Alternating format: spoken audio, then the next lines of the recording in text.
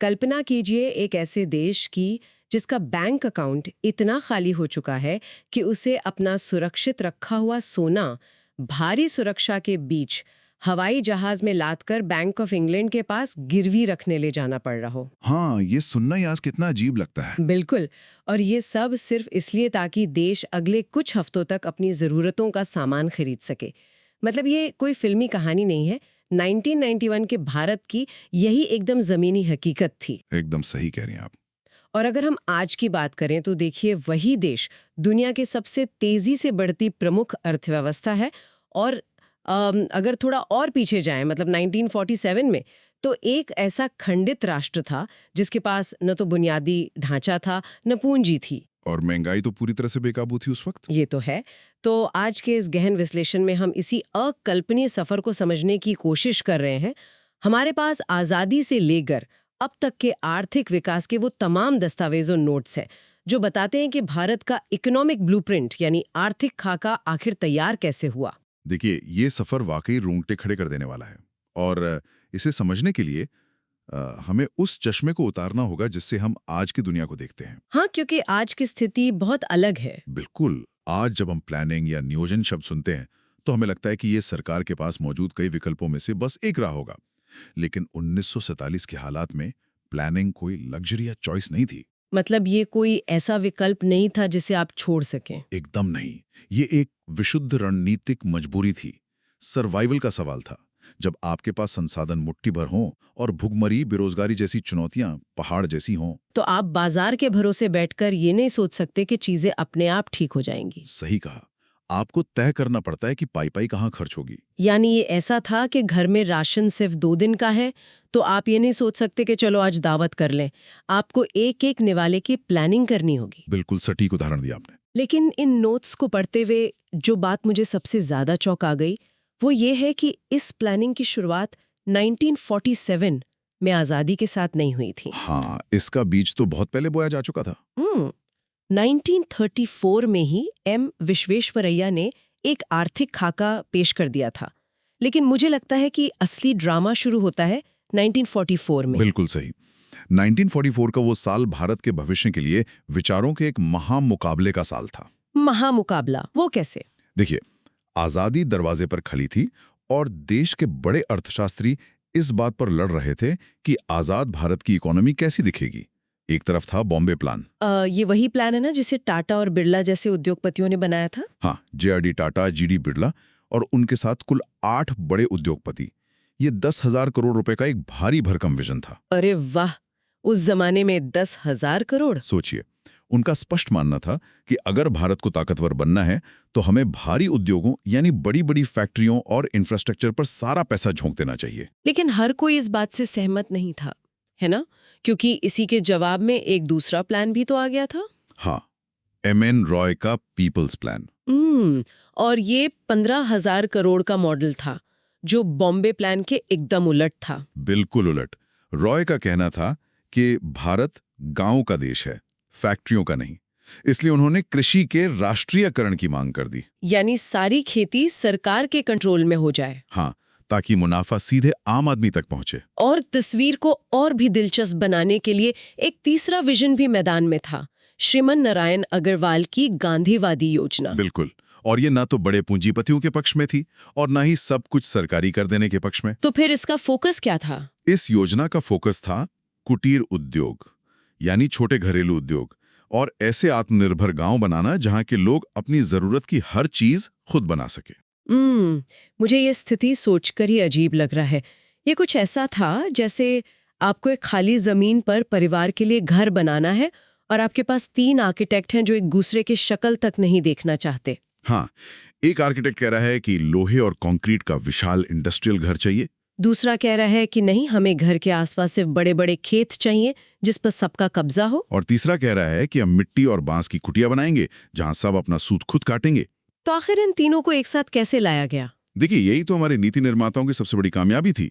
उन्होंने महसूस किया कि भारत जैसी विशाल और जटिल आबादी वाले देश में कोई एक चरम विचारधारा काम कर ही नहीं सकती। मतलब ना पूरी तरह से पूंजीवादी और ना पूरी तरह से कम्युनिस्ट। बिल्कुल। इसीलिए इन तीनों डिजाइनों के टकराव से एक बीच का रास्ता निकला जिसे हम आज मिक्स्ड इकोनॉमी या मिश्रित अर्थव्यवस्था कहते हैं। अच्छा, तो ये कोई साफ सुथरी किताबी थ्योरी नहीं थी? नहीं, ये एक प्रैक्टिकल समझौता था, जहां तय हुआ कि प्राइवेट कंपनियां भी बिजनेस करेंगी, लेकिन देश के बड़े संसाधनों पर सरकार का कंट्रोल भी रहेगा। ताकि कोई भूखा ना सोए। और इसी समझौते के तहत 15 मार्च 1950 को योजना आयोग यानी प्लानिंग कमीशन का जन्म हुआ। एकदम सही। और यहीं से शुरू होता है पंचवर्षीय योजनाओं का दौर। तो पहली पंचवर्षीय योजना 1951 में आई। नोट्स में लिखा है कि ये हैरोल्ड डॉमर मॉडल पर आधारित थी। इससे पहले कि हम आगे बढ़ें, जरा इस मॉडल को आसान भाषा में समझाइए। अगर इसे बिल्कुल साधारण भाषा में समझें, तो हैरोल्ड डॉमर मॉडल का सीधा सा गणित ये है कि देश की इकोनॉमी दो चीजों पर निर्भर करती है। कौन सी दो चीजें? पहला, आप कितना पैसा बचाते हैं, यानी सेविंग्स। और दूसरा, उस बचे हुए पैसे को आप कितनी समझदारी से निवेश करते हैं, जिसे कैपिटल आउटपुट रेशो कहते हैं। तो 1951 में उन्होंने उस पैसे को कहाँ निवेश किया? चूंकि उस वक्त भारत के सामने सबसे बड़ी चुनौती लोगों का पेट भरना था, इसलिए सरकार ने अपनी सारी बचत खेती और भाखड़ा नांगल जैसे विशाल सिंचाई प्रोजेक्ट्स पर लगा दी। और इसका नतीजा भी शानदार रहा। मैंने पढ़ा है कि लक्ष्य 2.1% ग्रोथ का था और हमने 3.6% हासिल किया। हाँ, इसने एक भूखे राष्ट्र में गजब का आत्मविश्वास जगाया। लेकिन यहाँ एक बात मुझे खटकती है। जब पहली योजना इतनी शानदार तरीके से काम कर रही थी और खेती से नतीजे मिल रहे थे, तो दूसरी पंचवर्षीय योजना में अचानक ये 180 डिग्री का यू टर्न क्यों ले लिया गया? आप 1956 से 1961 वाली योजना की बात कर रही हैं? हाँ, जो पीसी महालनोबिस मॉडल पर आधारित थी। उसमें खेती को पीछे छोड़कर सारा फोकस भारी उद्योगों जैसे स्टील प्लांट और बड़ी मशीनरी पर लगा दिया गया। बिल्कुल, ऐसा ही हुआ था। लेकिन जब देश की एक बड़ी आबादी अभी भी पेट भर भोजन के लिए संघर्ष कर रही हो, तो कृषि से पैसा निकालकर लोहे और स्टील पर लगाना, मतलब क्या ये एक बहुत बड़ा जुआ नहीं था? जुआ तो था, इसमें कोई शक नहीं है। लेकिन देखिए, इसके पीछे की जो सोच थी वो बहुत गहरी थी। महालनोबिस का मानना था कि अगर हम सिर्फ गेहूं और चावल उगाते रहे, तो उन्हें उगाने के लिए जो ट्रैक्टर चाहिए, जो खाद बनाने की मशीनें चाहिए, उनके लिए हमें हमेशा विदेशी ताकतों के आगे हाथ फैलाना पड़ेगा। अच्छा, उनका तर्क था कि हमें उपभोक्ता का सामान नहीं बनाना है, बल्कि वो मशीनें बनानी है जो आगे चलकर मशीनें बनाएंगी। बिल्कुल सटीक। दीर्घकालिक आत्मनिर्भरता के लिए ये कड़ा कदम जरूरी था। ओके, लेकिन प्राइवेट कंपनियां तो उस वक्त स्टील प्लांट लगाने का रिस्क लेना नहीं चाहती थी। उनके पास इतना पैसा भी कहाँ था? सही कह रही हैं आप। तो सरकार ने उन्हें कैसे मनाया? नोट्स में एक टर्म है प्लानिंग बाय इंड्यूसमेंट। ये क्या है? बहुत अच्छा सवाल है। हरमन लेवी ने इस सिद्धांत को समझाया था। चूंकि हमारी इकोनॉमी मिक्स्ड थी, सरकार सीधे तौर पर सब कुछ खुद नहीं कर सकती थी। तो उन्होंने क्या किया? उन्होंने इंड्यूसमेंट यानी प्रलोभन का इस्तेमाल किया। सरकार ने प्राइवेट सेक्टर से कहा कि अगर आप भारी उद्योगों में पैसा लगाएंगे तो हम आपको टैक्स में भारी छूट देंगे। सस्ती जमीन और लाइसेंस भी देंगे। हाँ, यानी एक तरह से सरकार बाजार की ताकतों को अपनी मनचाही दिशा में धकेल रही थी। तो एक तरह से उन्होंने आज का पेट काटकर कल के लिए एक बहुत मजबूत नींव खड़ी करने की कोशिश की। बिल्कुल। लेकिन इतिहास गवाह है कि ये जुआ बहुत भारी पड़ा। 60 का दशक आते आते ये भारी उद्योग वाली रणनीति एक भयानक दीवार से टकरा गई। हाँ, तीसरी पंचवर्षीय योजना को तो हम प्लानिंग का सबसे काला दौर कह सकते हैं। ये 1961 से 1966 का दौर था ना? जी हाँ, ये वो दौर था जब सारी प्लानिंग धरी की धरी रह गई। भारत को 1962 में चीन के साथ और 1965 में पाकिस्तान के साथ युद्ध लड़ना पड़ा। और युद्ध ने खजाना पूरी तरह खाली कर दिया। और उसी समय देश में आजादी के बाद का सबसे भयंकर सूखा भी पड़ गया।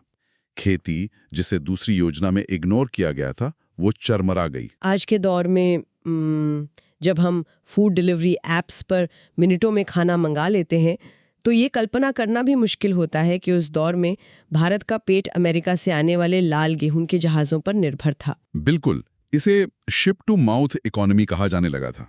जहाज बंदरगाह पर आता था और वहां से सीधा लोगों के मुंह तक अनाज पहुंचता था। हालात इतने बिगड़ गए थे कि भारत को पहली बार अंतर्राष्ट्रीय मुद्रा कोष यानी IMF से कर्ज लेना पड़ा। और नतीजा ये हुआ कि पंचवर्षीय योजनाओं को बीच में ही रोकना पड़ा। हाँ, 1966 से 1969 तक जो 3 साल थे, उन्हें योजना अवकाश या प्लान हॉलिडे कहा जाता है।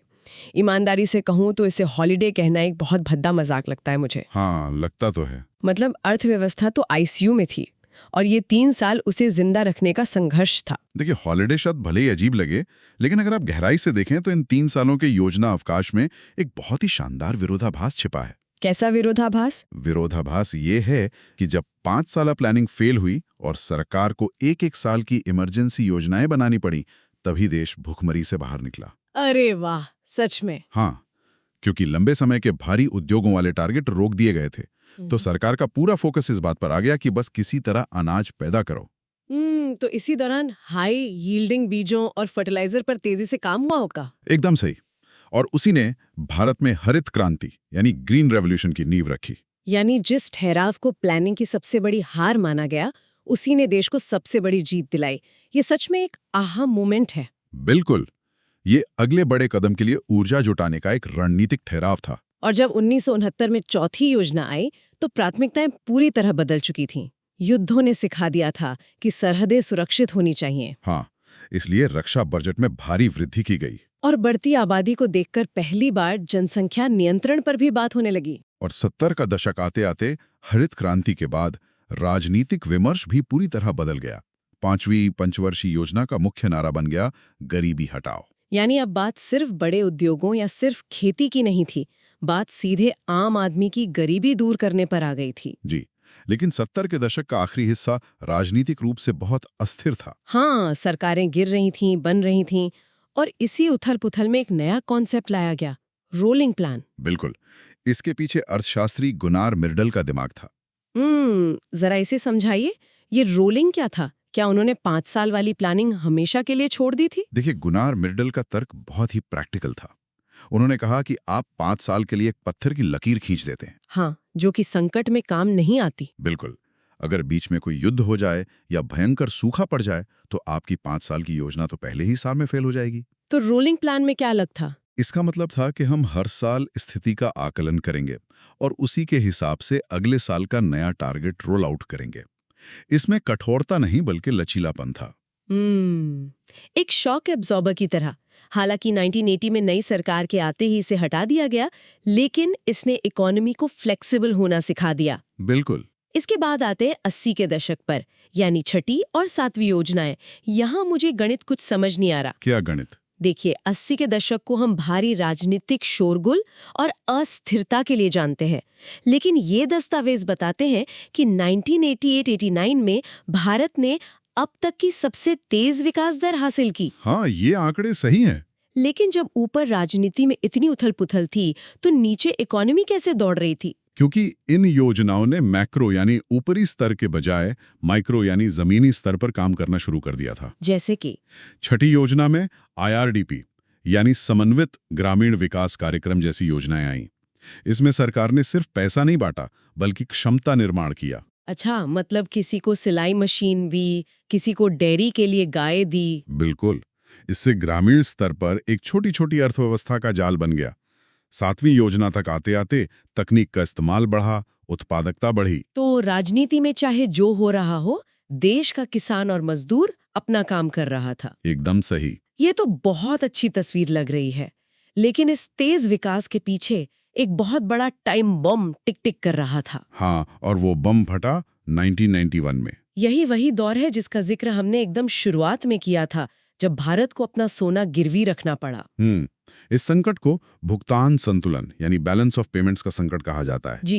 लेकिन आखिर 80 के दशक की इस शानदार ग्रोथ ने हमें इस कगार पर कैसे ला खड़ा किया? देखिए, इसे ऐसे समझिए कि आपने एक बहुत ही शानदार लाइफस्टाइल अपना ली है, लेकिन वो सारी लाइफस्टाइल आपके क्रेडिट कार्ड के भरोसे चल रही है। बाप रे, ये तो खतरनाक है। 80 के दशक में सरकार ने विकास को तेज करने के लिए अंधाधुंध कर्जा लिया, लेकिन निर्यात उतना बढ़ा नहीं। तो 1991 आते आते हमारा चेकिंग अकाउंट खाली हो गया। बिल्कुल। हमारे पास इतने डॉलर भी नहीं बचे थे कि हम अगले 3 हफ्ते का कच्चा तेल खरीद सकें। और अगर तेल नहीं आता तो देश के सारे ट्रक, ट्रेनें और कारखाने एक झटके में रुक जाते। और इसी भयंकर संकट ने जन्म दिया 8वीं पंचवर्षीय योजना को, जिसे हम राव मनमोहन मॉडल भी कहते हैं।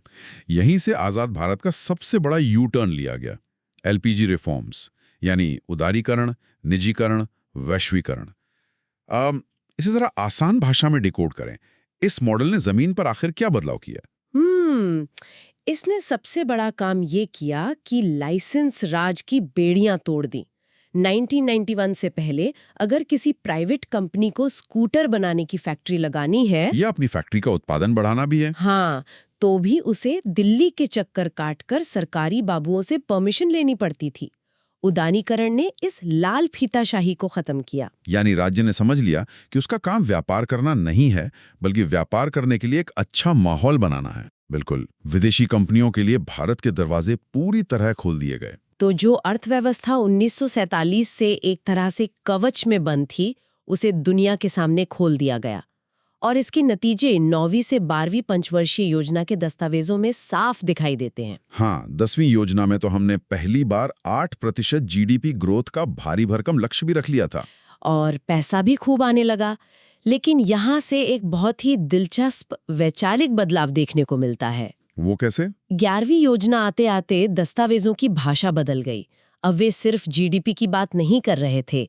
एक नया शब्द सामने आ गया, समावेशी विकास, यानी इंक्लूसिव ग्रोथ। बिल्कुल, और ये कोई हवाई शब्द नहीं था। 1991 के सुधारों के बाद 15 सालों में देश में बहुत दौलत आई, हाईटेक सिटीज बन गई। तो फिर समस्या क्या थी? नीति निर्माताओं ने कड़वी सच्चाई देखी। उन्होंने देखा कि इस नई दौलत का बड़ा हिस्सा कुछ कॉरपोरेट घरानों और शहरों तक ही सीमित रह गया है। अच्छा। समावेशी विकास का मतलब था इस बात को स्वीकारना कि अगर 8% की ग्रोथ रेट से भी गांव का कोई व्यक्ति भूखा सो रहा है, तो उस ग्रोथ रेट का कोई मतलब नहीं है। एकदम सही। विकास का फायदा समाज के सबसे आखिरी छोर पर खड़े व्यक्ति तक पहुंचना ही चाहिए। और ये सोच 12वीं पंचवर्षीय योजना में अपने चरम पर पहुंच गई, जो कि आजाद भारत की आखिरी पंचवर्षीय योजना थी। हाँ, इसकी थीम बहुत कुछ कह देती है, तीव्र, टिकाऊ और अधिक समावेशी विकास। जब मैं इसके लक्ष्य पढ़ रही थी तो मुझे काफी हैरानी हुई। किन लक्ष्यों पर?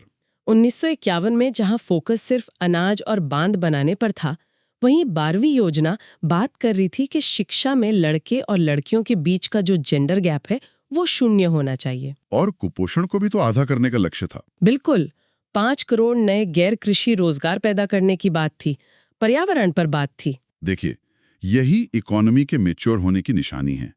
आप गगनचुंबी इमारतें खड़ी करके ये दावा नहीं कर सकते कि आप एक विकसित देश हैं, अगर उसी इमारत के नीचे कुपोषित बच्चे खेल रहे हों। बहुत सही बात कही आपने। मानव पूंजी को उतना ही जरूरी माना गया जितना कि सड़कों को। लेकिन यहाँ एक बहुत बड़ा सवाल खड़ा होता है। क्या सवाल?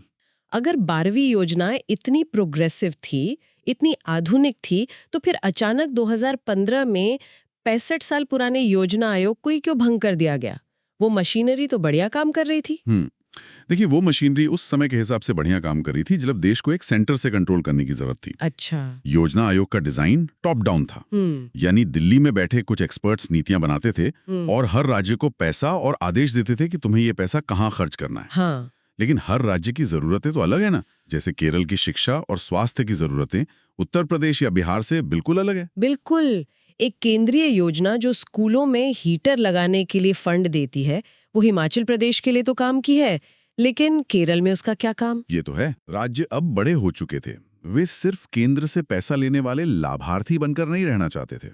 तो योजना आयोग एक ऐसे सख्त और पुराने ख्यालात वाले बॉस की तरह था जो आपको बजट के साथ साथ ये भी हुक्म देता है कि आपको काम कैसे करना है। एकदम सही एनालॉजी है ये। और इसलिए 1 जनवरी 2015 को योजना आयोग को हटाकर नीति आयोग का गठन किया गया। नीति आयोग मतलब national institution for transforming India. जी, और ये पूरी तरह से बॉटम अप अप्रोच है। यानी सख्त बॉस की जगह अब एक अनुभवी और मॉडर्न कंसल्टेंट आ गया है। बिल्कुल। नीति आयोग के पास फंड बांटने की कोई ताकत नहीं है। ये एक विशुद्ध थिंक टैंक है। इसका सबसे बड़ा सिद्धांत है सहयोगात्मक संघवाद, यानी कोऑपरेटिव फेडरलिज्म।